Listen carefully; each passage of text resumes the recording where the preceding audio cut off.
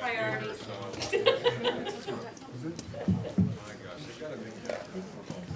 They really do. I can hate you even more. It's just hello.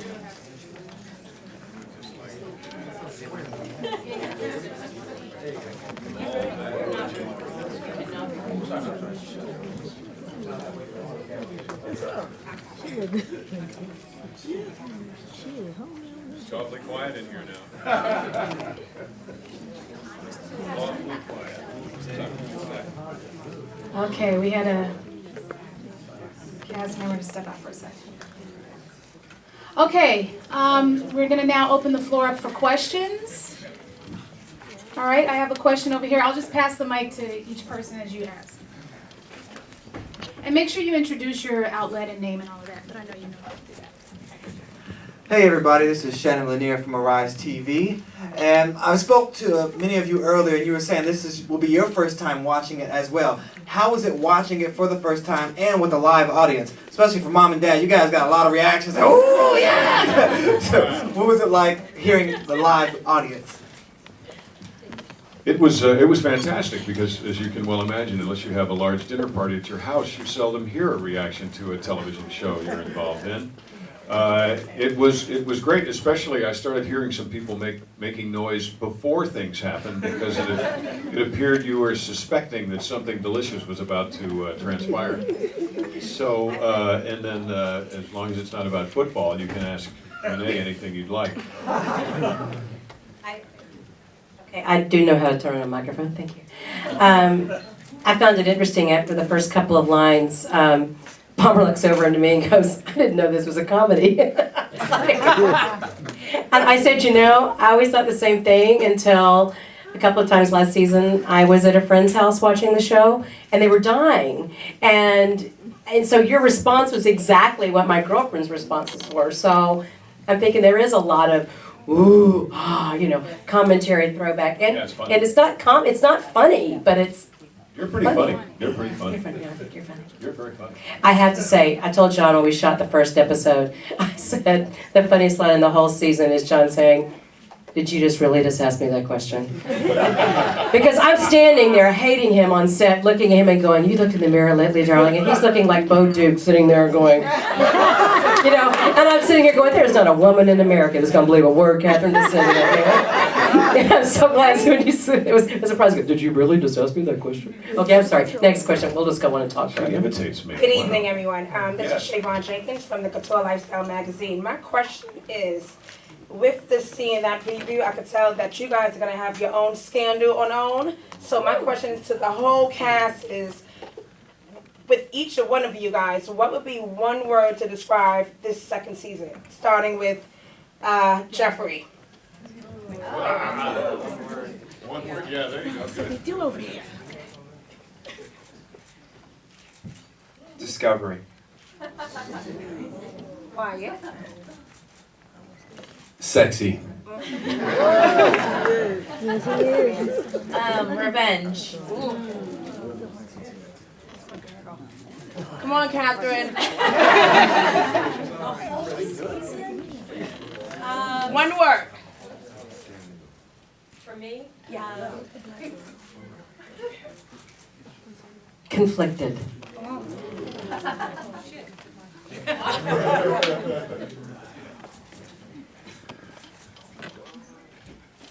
Ambitious. I use a hyphen. Kick ass.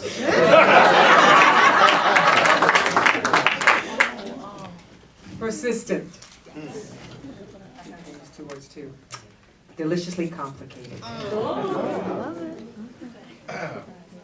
I mean, as I look around, I see how everyone developed throughout the season, and I think that, you know, whether it's for myself or for the whole show, there's a lot of growth that goes into this. So if I had to pick one word, it would be the G word, growth. Thanks, guys. How's everybody doing? I'm Davon from Blue Magazine, Pink Magazine, Bombshell Magazine, and Lace Magazine. So 4 of them here. What has been the best perk Season 2, show's very popular. Everyone's watching it. My whole family DVRs it in different rooms in the same house. So I want to know, what's the biggest perk right now? What has changed in your life the most since last season? Anybody first? I got a raise, so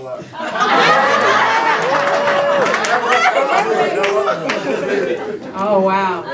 I would say for me, the biggest perk of these people. Having the opportunity to have met them and work with them, and those 3 people sitting on the back row back there, Mark and Ozzy and Will, I think those are huge perks for me. So thank you, Tyler Perry, for these people.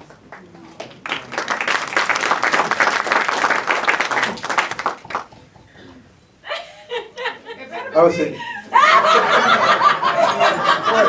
of course, you know it's true.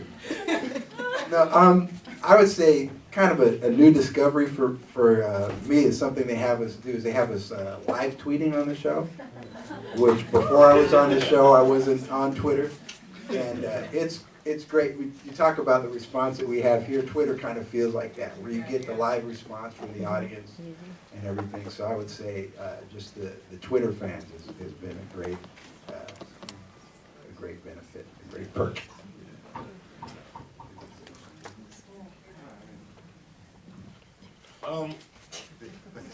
I was just joking at the beginning. No, I was just kidding. But I think that Jogging rice too, honey. I think it's the fact that, and you know, we can all agree that it was like this with the first season too, but it continued in the second season, is the fact that we all have input in our characters, you know? And a lot of times, you know, I haven't worked with too many directors, but I have worked with a few that are kind of like tyrants, you know what I mean? And they don't necessarily have to give you your own leeway to do what you want to do, but it's definitely a treat, and it's something special when you have a director like Mr. Perry that's able to sit down and ask you, you know, well, how do you feel going into this scene?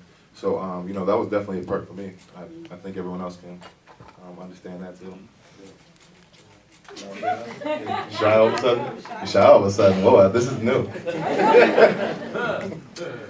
For 35 years, people have grabbed me on the shoulder and brought me over to their table to get an autograph or sing happy birthday to their daughter because they think I'm Bo Duke. And Bo Duke doesn't mind things like that. People no longer grab me on the shoulder and bring me over to their table because they're scared to death that I will run over their child. Because I'm the guy that makes J.R. Ewing look like a choir boy. And that to me, after 35 years is a tremendous perk. I love it. I love being the bad guy. And this woman brings so much of that out in me. And I don't mean that in a, well, yeah, I do. It's so deliciously fun to be somebody that doesn't have to be so nice all the time. It's made me nicer in real life now, because I'm really kind of a bastard in real life. But now that I'm such a bad guy on television, I can be nice at home. Wow. And that's a perk. It's a personal perk. That's a little bit into my psyche. It's probably a little further than you want to go. But that's, what are you laughing at? So that's my perk. Honey? My perk is that your mother likes me more than she likes you. That's true. He texted me this summer and goes, my mother thinks you hung the moon. And I said yes, and I texted him back and I said, it's okay. Tell her that I really don't think her son's a snake. He just plays one on television. That's funny. My mother's, no, she's 81. That's why I'm laughing, because I know about his mom. Oh gosh, the biggest perk. I mean, for me personally, there's two, there's many, but two that come to mind. The first is a little obvious, is notoriety. I can't just walk to the grocery store with no makeup on anymore. And I can't go through TSA, as I found out today, without being known by all the TSA agents, by the way, are trying to apply to be on the have and have-nots next year. But one of the biggest perks is that last year was more of our first season was a joy to meet these wonderful people and to get to know them and work, but it was done so quickly and work with a wonderful group. But then to come back this year and just could not wait to get back into the family. And last year, even though, it was always a dream for me to work for Mr. Perry, and last year I have to admit that many times, even though I'd come to set and he was wonderful, very much like Tyler mentioned about getting input and that, I still felt like a deer in headlights sometimes when I was in his presence. I still do sometimes, actually. But to come back this year and just pick up where we left off, and just like, I'm going to second basically what Tyler said, that to come to work, I want to start crying.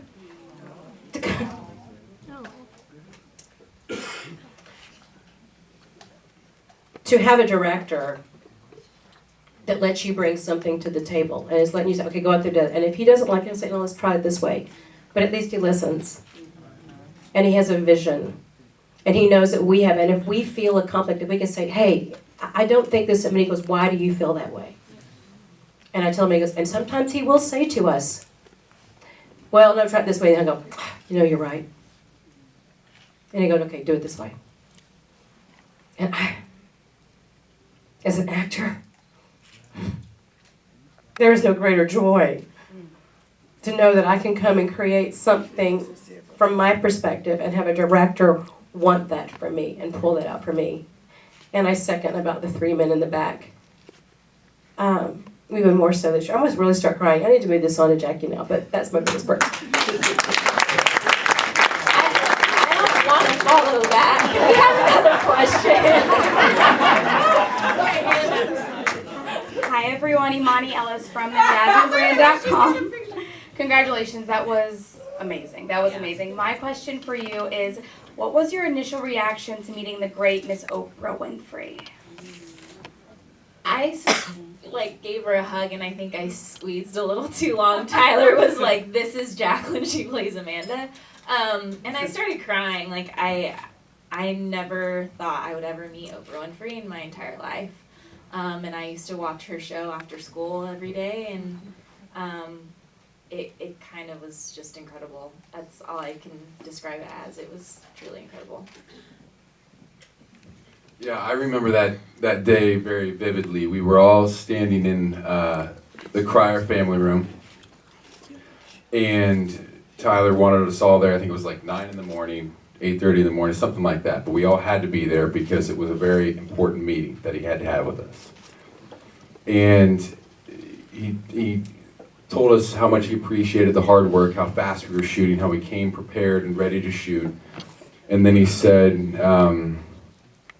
and Oprah wanted to say something. And sure enough, Oprah opens the door, walks through into our family room, and I thought,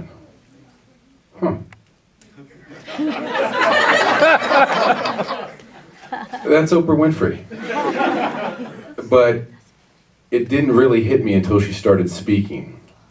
Because, like Jaclyn, so many times I'd come home from school, and my mom and sisters would be parked on the couch, watching her show, crying.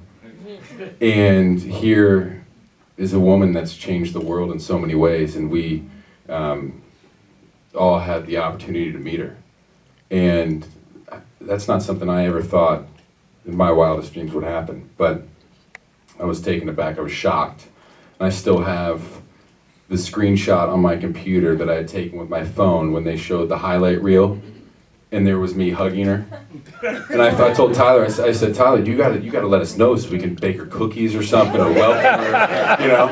So anyway, that was my moment. Yeah, I almost fell out when I saw her. So same thing, but she was very warm and welcoming. So it felt like I was meeting like a family member.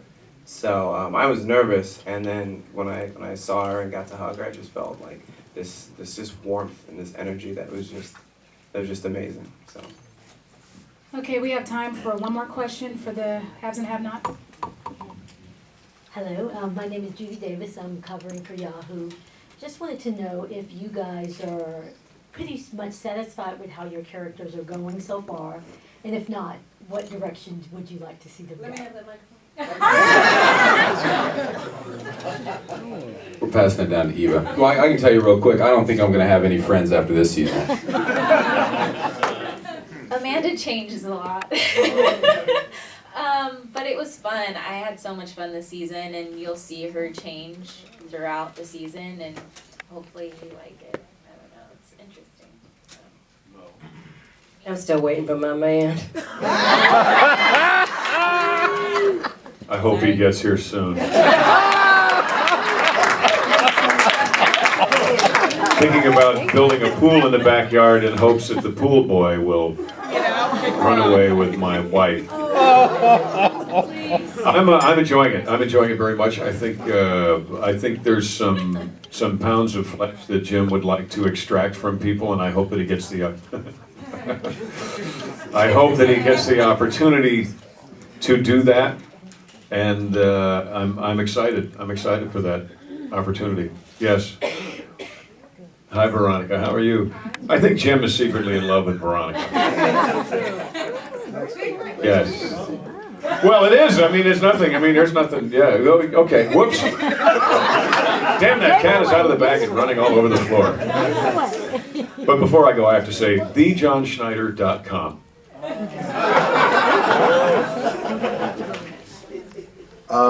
Yeah, I'm thrilled with my character and where Tyler's taken him and where he has come. When I auditioned for the role, it was a very small role, and the guy was Veronica's husband, a certified financial planner. And now I'm a judge and on the way to on the way to the governor's mansion. If I can keep this guy out of trouble, or maybe have to do something different. We'll see where it goes. But I'm very happy with the show, and I think, like Tyler was saying, there's a lot of growth in it. Places where I had no idea where any of it was going, and so I don't think anybody else will until it happens. So it's great stuff. I'm secretly in love with Jim Cryer too, but I'm publicly in love with Peter Parra and David Harrington. The characters, where the characters are going. I love my character. Do you guys? Yeah. Yes. I don't know if she changes much, but I love her, and I think that if you get on the ride, I think she's gonna go places. But I'm enjoying playing her a lot, and we'll see, Jim Cryer. A mí me encanta mi personaje, particularmente Latina in the house. I had to do that. That was for you, Ozzy and Will. I have to say, just like John, I've always played very good women and goody two-shoes and moms and maternal people, which I am. And it's so great to play a bitch. I love it. And there's something to be said when you play a character that's so mean-spirited and has so many ulterior motives. It's kind of hard to embrace that as an actor because you want to like your character, but there's no other way to do it unless you love your character. So I love Celine.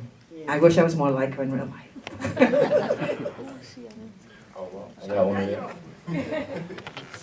Well, it's fun to listen to everyone's story because, you know, obviously we're all growing a lot as characters. It's lots of fun. I mean, as I sit here and listen to everyone explain how their character grows, you know, I can't help but understand that there's really only one common denominator in all of our stories, and that's really the writing. You know, there's a solid foundation for where Mr. Perry is writing this second season, and you know, Lord willing, from here on out. And so what I'm really most excited for you guys to see is, you know, not only hopefully Benny wakes up and, you know, hopefully everyone keeps doing what they're doing, but I'm just really super excited for you guys to see this incredible writing because, you know, we've all been privileged to read it at first. You know, it's cool when we all get these shipments of scripts that you can tell how good the writing is. You know, anyone in the room that's been on set can attest to it. You know, we kind of sit around and read it as if we're audience members. You know what I mean? So I think that's definitely the biggest thing that you guys are going to see. Obviously, individually as we all grow, but really with just such a solid foundation that Mr. Perry has given us. So you know, a lot of fun. Okay, let's give it up for the cast.